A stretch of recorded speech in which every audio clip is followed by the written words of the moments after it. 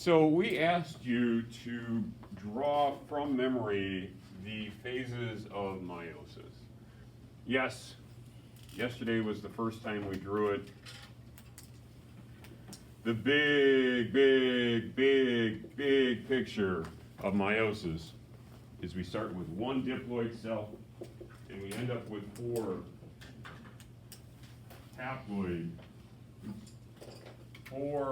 genetically different haploid sex cells. Now, we are not going to take the time to fill in all the words on the right-hand side. We already did that. Okay? We're looking at pictures, and in the interest of time, we are not going to redraw it again on the screen,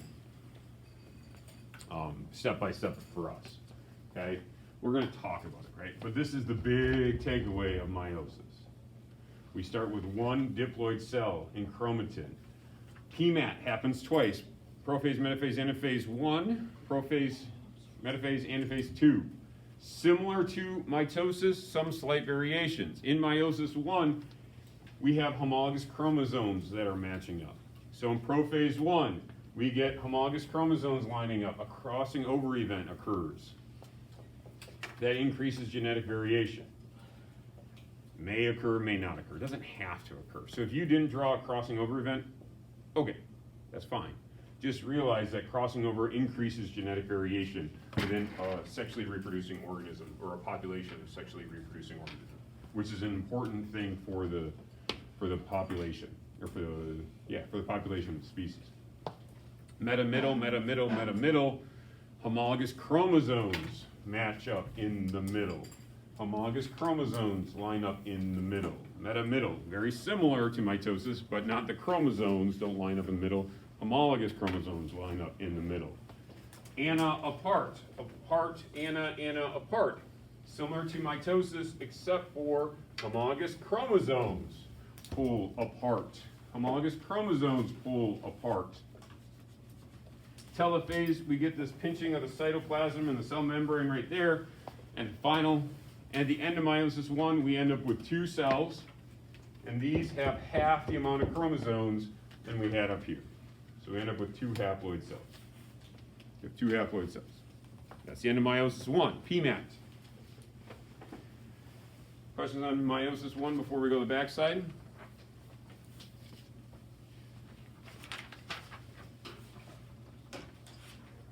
Meiosis 2 then starts. Now, just to be clear, I'll show you. This is posted also in Canvas too. And I'll show you where in a couple minutes if I remember. Then we have PMAT again. So now what happens in each one of these cells go through PMAT. This one goes through PMAT and this one goes through PMAT. Okay, so prophase, the nucleus dissolves. Meta. Yep, same thing as in mitosis. The chromosomes go to the middle. The chromosomes go to the middle. And shoot, I gotta take a step back. I forgot. In metaphase 1, independent assortment, whether this is red or green on the left is random. Flip a coin, whether you get heads or tail is a random event. Same thing in how these two align. Does it go red-green or does it go green-red? It's random, it's a flip of a coin. It's like a flip of a coin. And down here, how these pairs line up. Is it green-red or red-green? It's a new random event. It's like a flip of a coin. Again, the first flip of a coin has no impact on the second flip of the coin. If I flip a coin twice, they are independent of each other. Same thing here. How this one goes red-green is independent of this one went green-red. It's called independent assortment, and it also increases genetic variation. I forgot to mention that in metaphase 1. I apologize. Back to where we were, meta-middle. Meiosis 2 is almost identical to mitosis. The chromosomes go to the middle. Ana apart, the sister chromatids pull apart. Telophase cytokinesis, they're pinching, and we end up with 4 cells. Each cell has 2 chromosomes in it, which is half of what we started with, haploid cells. And this cell is genetically different than this one's genetically different from this one's genetically different from this one's genetically different from this one, and all 4 of those are genetically different from one another. Meiosis produces 4 genetically different haploid sex cells, egg or sperm cells. Meiosis. Questions about meiosis?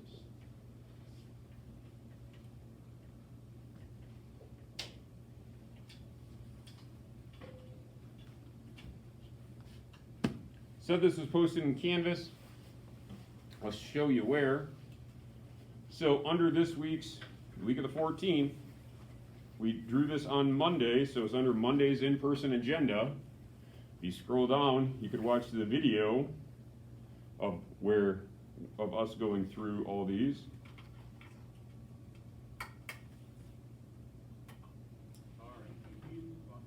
Or there they are. Okay, there is the images that you can go through and you can fill in any missing words, or you can go back and you can study. You said, this is what I think it is. Is my picture right? Is it not? Okay, it's posted there that you can reference at any point in time. Since we're here, your test is on Monday, December 21st, or Tuesday, December 22nd. That's if you're a B-Day student, people on the video, just for the record, that's for the video folks, okay, if you're a B-Day kid. Okay, so Monday or Tuesday. And if we look here, that's where it's posted. It's really just a placeholder in your calendar. They'll get dragged to next week. But the intent of today and tomorrow's virtual days is to help you study and help you prepare for that test.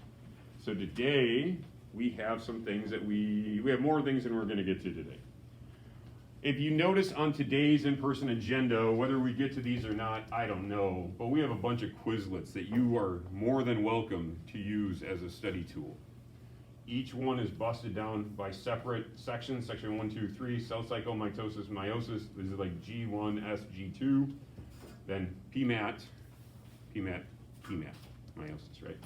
And then we took them and we smashed them all together. There's a lot of terms in this. What is metaphase? What is G0? Independent assortment, crossing over. Okay? And that's what those Quizlets are there. So by all means, there are some reference tools for you to use. Should we talk about tomorrow since we're here? Or Sure. Okay. So your virtual day assignments for the next, leading up to the test next week, are a couple things. Oops, and we went too far. So your to-do list for your virtual days is threefold. Study. In general, you need to study. How are some additional ways that we think you can study? We have provided some. There's a study guide and there's a Quizlet test. Very similar to what we've done in the past. The study guide. The assignment that you will turn in is either paper copy, Google Doc if you want to mark up a Google Doc, or if you want to mark up a PDF. There's also an answer key posted here. If you get stuck on something or you want to check it, answer key is posted there as well. That gets turned in. That's one of your assignments. The other assignment is we created a Quizlet test. So remember I said there was 3 separate individual sections of Quizlets and then a combined. We took that combined one and we posted it here. There's 48 terms for this unit. There's 48, 49. I think maybe there's 49. There's a lot, okay? But if you think about it, prophase, metaphase, anaphase, telophase, interphase. There's 5 terms right there just from mitosis. G0, S, G1, G2, mitosis, meiosis, sex cells, body cells, right? There's a lot. So all of this is every term. And I would encourage, spend a little bit of time going through the terms before you take the Quizlet test. And they're all listed on the bottom, or you could do the flashcard thing. There's a lot. Then, here is a Quizlet test. Similar to what you did before, there are 43 multiple choice questions where we will ask you, like, genetic variation. Which one of these four is the definition for genetic variation? Okay, so it's multiple choice matching of the definitions. When you're all done, you want to check your answers, and it's going to give you a score. You must get at least a 70%, or you need to retake it. Okay, you need to get at least a 70%, or you should retake it. Once you get a 70%, take a screenshot of your score and turn that in to Canvas. That's your virtual day assignments.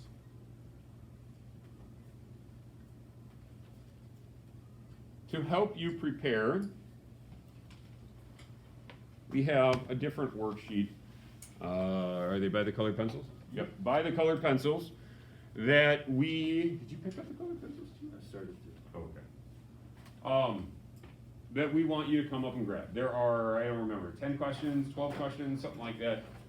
We want you to go through and we want you to work on those. We will spend some time going through them as a class, making sure we clarify some key things. But that's what we want you working on. I don't know, we'll kind of judge how you're doing in terms of time, but we want to make sure we leave time to kind of close that activity and wrap everything up so we can kind of clarify a few things. Okay, is there just that one stack, Mr. DeBoer? I can throw some. Okay, there's two stacks, one on that front cart, and the other one is on that table over there. Okay, so we're going to give you some time to work on that.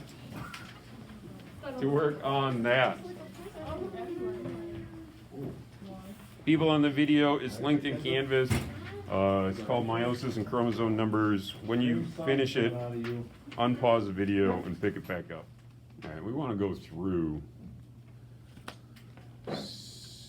this worksheet. And again, we want to really try to hit on the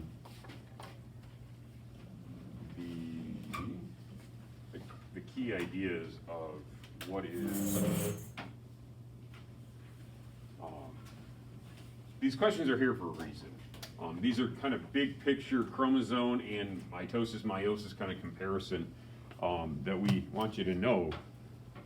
But more than just what's the answer, we're going to try to explain the kind of the thought process or the thought process that goes along with answering a question like that. So mitosis and meiosis, you know, what's on this board is pretty much what is written on the piece of paper. Meiosis, we have 4 haploid sex cells. Mitosis, we have 2 diploid body cells. Or, you know, in meiosis, they're genetically different. In mitosis, they're genetically identical. And again, on the board, or on the bottom even of Meiosis to draw. yeah, this meiosis sheet, you know, that's what we're talking about. Your Venn diagram. Speaking of Venn diagram, are there any statements from the Venn diagram you weren't sure of where they went? Like, was there like, I don't really know where I put this one? Because now would be a great time to ask that so we can kind of take care of that. The Venn diagram homework that was due today, are there any statements on page 2 that you weren't sure where to put? Okay. So that's the comparing and contrasting. Mitosis occurs in body cells, meiosis occurs in sex cells. That's something we didn't, well, I guess that's what we were making, right? When we talk about asexual versus sexual reproduction, there are advantages and disadvantages to each. But asexual is one parent creates 2 genetically identical offspring. They are genetically identical to one another.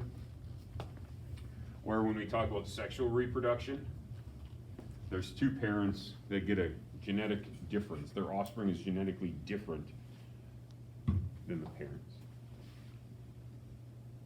There's genetic variation with sexual reproduction. There are some key advantages of genetic variation. It's one of the questions coming up. It's something that on the test we expect you to be able to discuss why genetic variation is important for a population. Okay. In terms of this picture is straight off of your section, now I don't even know, section 1 or section 2 presentation, your Google Slides, your guided notes. Unfortunately, I don't remember which one. But what is this structure? It's not, I know this is not what it's asking. Collectively, this entire structure, letter A represents a chromosome. And in its entirety, this is a chromosome. The left-hand side of the of the chromosome is letter C. The right-hand side is letter D. Letter C and letter D are joined at this little pinch point, letter B. B is a centromere. I know we're not asking what A and B are in this picture, but A collectively is a chromosome, B is a centromere, and the centromere combines C and D are called sister chromatids to one another. Okay? Now, it doesn't ask what they're called, it just asks how are they related genetically, but they are called sister chromatids, which you probably want to know, but sister chromatids are genetically identical to one another. During interphase, specifically S phase of interphase, the DNA replicates and makes an exact copy of that DNA. That's what the sister chromatids are. How many chromosomes are there in a diploid human cell? We have 46 chromosomes in our diploid cells. Our diploid number is 46. Human diploid number is 46. That's saying how many chromosomes do we have in our body cells? That's what a diploid number is. In humans, it's 46. Our haploid number in human cells is half of 46. In humans, that's 23. When we ask you what a haploid cell is, we're saying in a sperm cell or in an egg cell, how many chromosomes are there? That's what we're referencing. We're referencing sex cells. Okay, we're referencing those sex cells. Number 6, goats reproduce sexually. The nerve cells of a goat each contain 60 chromosomes. How many chromosomes does a sperm cell of a male goat have? The thought process on this is a nerve cell, you'd have to identify, is a type of body cell. It's not a sex cell, right? Nerve cells are not sex cells. They are not egg or sperm cells. They are a body cell. And a body cell is a diploid cell. So the diploid cell in a goat has 60 chromosomes. The nerve cells of a goat have 60 chromosomes. It's asking how many chromosomes are there in a sperm cell. Well, a sperm cell is a sex cell. A sex cell is a haploid. Therefore,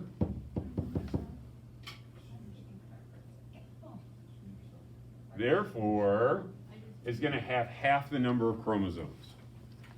And if a goat body cell has 60, the sex cells are going to have half of that. They're going to have 30. Now the question could go the other way too. We could have just as easily asked, if a male sperm cell in a goat has 30 chromosomes, how many chromosomes would there be in a nerve cell, in a bone cell, in a blood cell, in a muscle cell, in a hair, any body cell? Right, it'd go the other way. We'll ask you questions like that. In humans, our diploid cells are 46, our haploids are 23. In different organisms have different number of chromosomes. Number 7, let's talk about a leaf cell. Now, maybe you knew this, maybe you didn't, but a leaf on a plant is not a sex cell. A leaf on a plant is what we would consider a body cell. It is not the sexually reproducing parts of a plant. On some plants, the sexually reproducing part of the plant is the flower. Not all plants have flowers, though. Okay? But a leaf is what we would consider to be the body cell. So if we have a leaf on a wheat plant, that's a body cell, and a new leaf is formed, it's still a body cell. So a leaf is a diploid cell. It produces a new leaf, which is still a diploid cell. it's still gonna have the same number of chromosomes. The diploid number is still the same. If a cat were to get in a fight and gets both of its ears torn off, or we could change this and say, if I'm in a woods class or I'm doing some remodeling in my house and I cut off one of my fingers, does that mean my children born after I cut off my finger are going to be down a finger? No, right? Did this alter the DNA of sex cells? No. It physically changed the appearance of an organism. Cat lost his ears, but it didn't change the sex cells. It didn't change the genetic information in the egg cells or the sperm cells. So what impact does that have on the next generation? Nothing. Not at all. Okay? Even if I had a mutation of my DNA, right? Cutting off my finger doesn't change my DNA. Even if I got a mutation, we'll call it skin cancer. If I had skin cancer right here on my arm, that's a mutation in my DNA. That DNA in those cells is different than it should be. Even still, that altered DNA is not in sperm cells or egg cells. Therefore, this mutated DNA is not getting passed on to the next generation. Okay, just keep that in mind. If I break my leg, doesn't mean my kid is going to have a scar from where I broke my leg. Okay. Sexually reproducing organisms, such as humans, explain why it's important for human sex cells to be haploid. The idea of sexual reproduction. It's a recombination of, it creates genetic variation. Male sex cells, haploid. Female sex cells, haploid, sperm and egg, combined. 23 and 23, or a haploid plus a haploid, gives us a diploid. It restores the diploid number. If 46 and 46 combined, you would not have 46 chromosomes. You'd have 92 chromosomes. That's bad. You need to have 46. Otherwise, you're not human. Okay, so haploid plus a haploid is a diploid. It restores the diploid number is the term that they use for that. So if the end product needs to be a diploid cell, then we have to have haploid cells. We have to have half the genetic information to start with. Number 10, all cells in this boy are going to have some DNA from mom. Now, let's go back to where did this boy come from? Combination of mom's egg and dad's sperm. Half of the DNA is in the egg, half of the DNA is in the sperm. They combine, they fertilize, they are now one diploid fertilized cell. That cell has half the DNA from mom, half the DNA from dad. That fertilized egg goes through mitosis, which makes an identical copy, right? Two genetically identical diploid cells. So each of those two cells have half the DNA from mom and half from dad. Then they go through mitosis, and they go through mitosis, and they go through mitosis. Every single cell is going to have half the DNA from mom and half the DNA in dad, except for sex cells, right? Except for sex cells. There's three ways that we could get genetic variation. The two we really focused on were these two, and these occurred during meiosis. That independent assortment is, did the chromosomes go green-red, or did they go red-green? It's a random event. And this homologous chromosome and how these lined up is independent of how the next pair of homologous chromosomes lined up. So if this went green-red, it has absolutely no bearing on how the next ones go red-green. They're independent of each other. That creates genetic variation in the sex cells. There's also these crossing over events that occur where we get that chopping of the DNA, and we get those, I call them tails, I think, on the chromatids, which increases genetic variation. The third reason, or the third way we can get genetic variation within an organism is something I referenced very briefly. These are the two we really focused on, but the third is something called random fertilization. It's not part of meiosis, it's part of the fertilization process. But the idea is if millions of sperm are released, which of those sperm is going to fertilize that egg is random. We don't know which sperm is gonna fertilize which egg. It's random. That's what we're talking about with random fertilization. So we can't predict genetic outcomes. You should know that genetic variation is important for survival of the species. You should know that in sexually reproducing organisms, we have some harmful mutations. And in sexually reproducing organisms, those harmful mutations are less likely to become common. Harmful mutations become less likely, okay.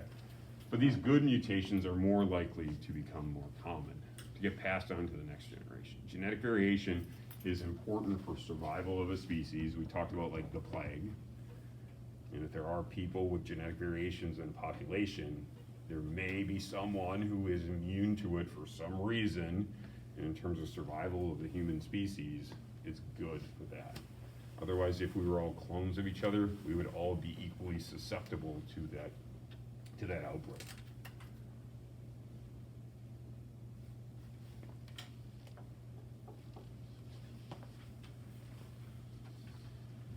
Last, twins, fraternal versus identical twins, fraternal versus identical twins. Identical twins have one sperm cell which fertilizes one egg cell, and then that one fertilized egg divides, and then they are going to be genetically identical to each other. There's one egg, there's one sperm, combined, fertilized, that fertilized egg divided, and then developed into two separate offspring. That's that's identical twins. They are genetically identical to one another. Because they're genetically identical, they must be the same gender. Fraternal twins, now we talk about twins, but it could be triplets, it could be quads, it could be multiples, right? But we just kind of talk about twins. With fraternal twins, there were two different eggs that were fertilized by two different sperm. Therefore, they're genetically different from each other. They might be the same gender, they might be different gender. Yeah. There could be identical triplets. One fertilized egg. One egg was fertilized by one sperm, and then they divided, and then something happened where one of these divided, and then we could have identical triplets. We could also have a set of triplets that are fraternal. So there are two eggs fertilized by two sperm, and then one of those divided to be identical. So of a triplet, we could have a set of identicals and a fraternal in there as well. Good. So yeah, it's possible. All right, we have just minutes remaining. Any questions on this that we can answer? There are some important concepts that we want to make sure we reinforce, because you will see that on your test next week, Monday or Tuesday. The study guide that we referenced at the beginning of class as one of your two virtual day assignments, Quizlet test, study guide, they are sitting by the colored pencils. And back by Evan. Okay, there's 4 pages. Once again, if you get stuck, we did post the answer key. The answer key is not meant to just blindly copy. It's to help you study. That's why we posted the key, to give you some feedback. Let us know what questions you have. Feel free to email us prior to the test.